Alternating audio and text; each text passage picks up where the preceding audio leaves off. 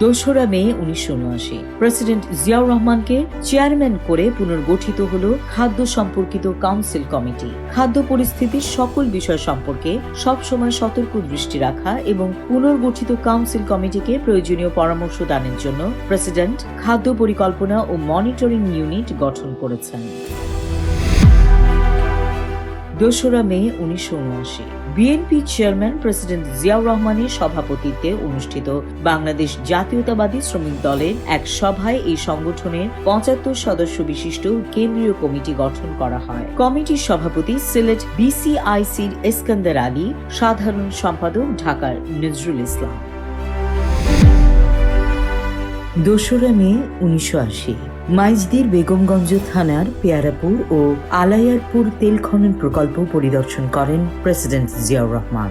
এখানে অবস্থানকালে আলাইয়াপুরে তেল উত্তোলনের পদ্ধতি বিষয়ে বিশেষজ্ঞদের সঙ্গে আলোচনা করেন। তিনি আজ সোনাগাজী তেলকূপ পরিদর্শন করেন। এখানে তেল ও গ্যাস পাওয়ার সম্ভাবনা রয়েছে। প্রকল্প এলাকায় প্রেসিডেন্টকে খনন কর্মসূচি সম্পর্কে অবহিত করা হয়। চলতি মাসের শেষ দিকে খনন কাজ শুরু হওয়ার কথা।